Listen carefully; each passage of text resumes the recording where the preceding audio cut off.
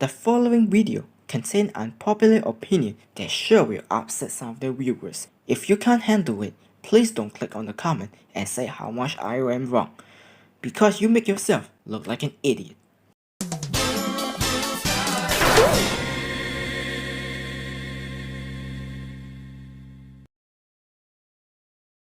After the release of Sonic's debut game, the creator himself, Yuji Naka, is not satisfied with the working system and the policy at Sega of Japan.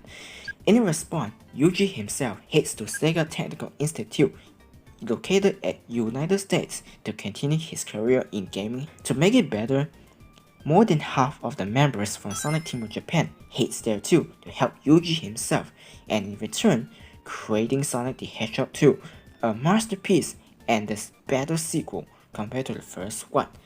Meanwhile, back in Japan, the next project was handled by Naoto Oshima, and because of that, Sonic CD was released on the ill-fated Sega CD console on November 23, 1993. Sonic CD takes place on a place called Mirror Lake, with a planet called Little Planet being located, which appears once every month each year. Little Planet is also known for housing time stones, a mythical stone that can control time. Unfortunately, Eggman stole all of them to alternate the future while locking up Little Planet in the process, and it's up to Sonic to change the future for the better.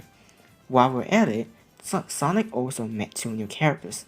Amy Rose, a female hedgehog who thinks Sonic is her true love just because she got her answer from tarot cards. Who believe in those things anyway? And Metal Sonic, Eggman's brand new creation that was built based on Sonic's statistic and an attempt to rival the Hedgehog himself. Let's start with the positive. The first thing that you notice is the sprite itself. Since the game was handled by another developer, it makes sense for some change in the character development, and as a result, the character looks better than what he used to be. I don't know about you, Sonic 3 sprites are the ugliest compared to the trilogy, and I'm glad they actually took their time to change it. Now it really feels like Sonic got more personality that show who he really is. The gameplay remains unchanged for the entire game. He can run and spin dash without problems. Sonic himself controls pretty well with no input lag or any slippery momentum. They didn't do anything to mess with Sonic controls. What's new though is the addition of Super Peel Out. It works almost the same as spin dash, but here you can dash without rolling into a ball and thus continue your momentum up towards a higher area. Super Peel Out as a whole is pretty pointless, as the downside is that you can't destroy enemies. All you can do is just go fast, but that alone also can be done with spin dash, so there's that overall. Super Peel Out feels like an attempt to just add a new mechanic that people probably won't use that much. It's just sitting there collecting dust. Arguably the best addition to this game is the ability to time travel. You see, hidden in each axe, excluding boss level, are signposts that allows you to travel to a specific time period whenever you run past one. There are two types, past and future. The first one lets you enjoy the beauty of Little Planet, while the latter shows you the aftermath or what remains of Little Planet once Eggman starts controlling the planet. It's pretty unique going through two timelines to witness what has changed over the course of the time gap. While the past gives you good vibe, the scenery in the future is anything but. Instead, all you got was hopelessness as you watch Eggman controlling every part of the planet and how it became a desolate land due to Eggman's evil ambition.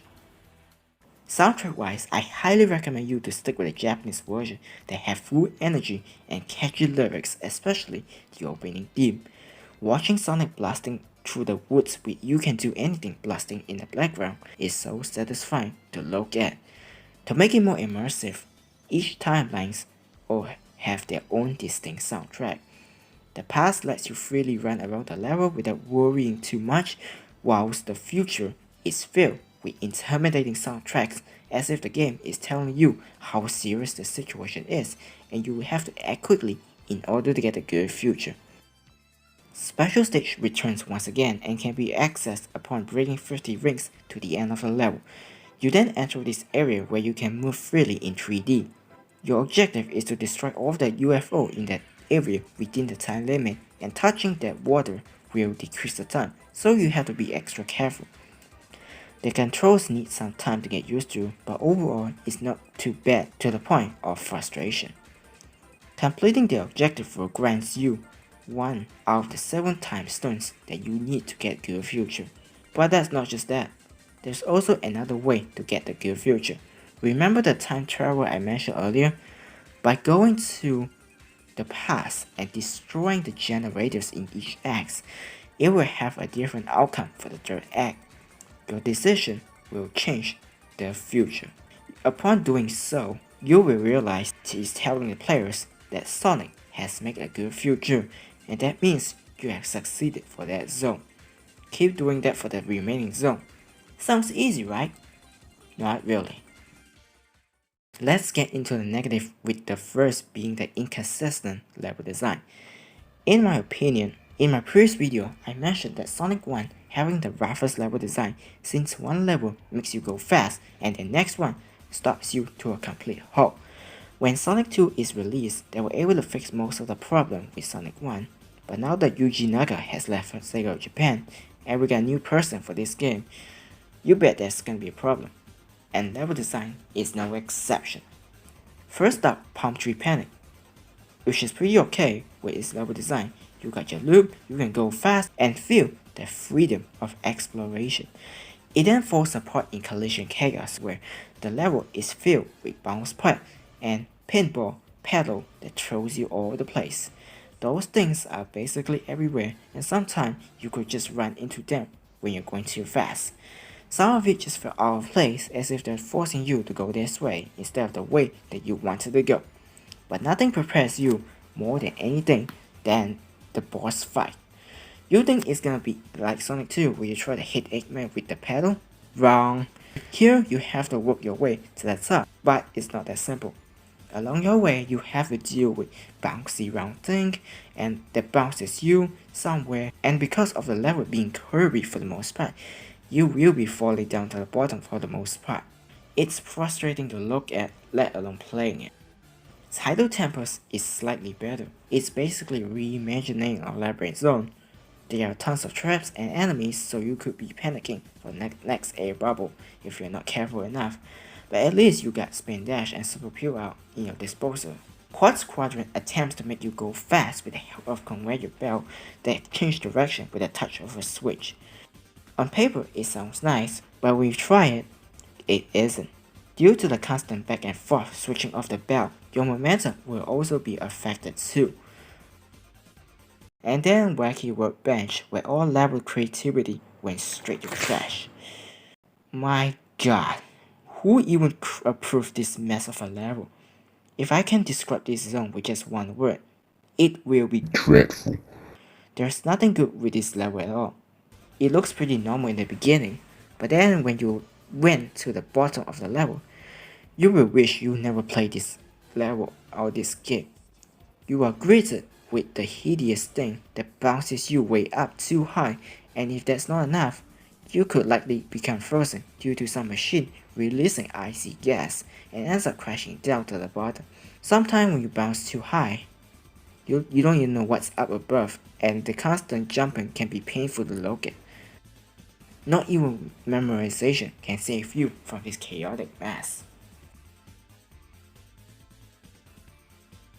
Stardust Speedway isn't that good too. As much as I enjoy the aesthetic and the backdrop, I can't say the same with the level design. There's this section where I have to quickly press the direction in order for Sonic to move over to that area. Everything happens so fast that I end up missing a chunk of area that I could have explored and also getting myself lost. Good thing is that the zone ends with a race between you and Metal Sonic, which kinda redeems the zone as a whole.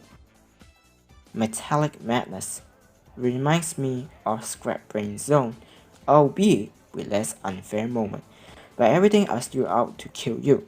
Attempting to go fast will just result in more trouble. At least you can try to become tiny here.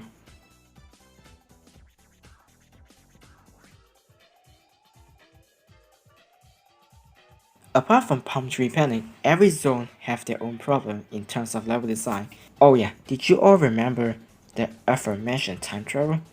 Well, in order to do that, you have to find signposts that when you touch it, you will have to start running for a few moments. If you're able to do it, then you have successfully done it. But if you ever get stuck somewhere or stop momentarily, you will lose the ability to time travel. And with all the inconsistency with level design, that means you will be failing to execute the time traveling. It feels like the developer just adding obstacles and random areas just to make you frustrated. I swear, every time I think I'm gonna make it, I got held up by some walls, and this happened for 90% of the game, where I literally got screwed over by the game itself. It's not me that's the problem, it's a game that should be ashamed of. Revisiting Sonic CD has proven to be a big burden for me. On one hand, I want to enjoy the game as many others agree it's the best in the series, but I struggle to agree with them. The whole level design and the inconsistency just feels like the developer doesn't care at all. It feels like the members at Sonic Team are out of touch with one another, and they couldn't agree/disagree with different opinions, and as a result, they just decide to throw all the ideas onto the board and just went with it, and the final product is what we got.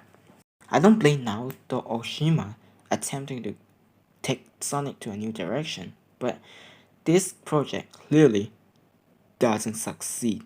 It's such a shame too, as the game got big potential in terms of music and graphics, but the level design as a whole just ruined every chances for this game to be good. I can see why people say Sonic CD is the worst in the 2D series, while some still denies it. Let me know below whether you agree/disagree and comment if you think my opinion is wrong or do you agree with my opinion politely. If you enjoy what you see, be sure to like, share and subscribe and turn on the notification bell so that you won't miss a thing. And don't forget to join my Reddit and Discord server down in the description. Thank you for watching and I'll see you guys next time.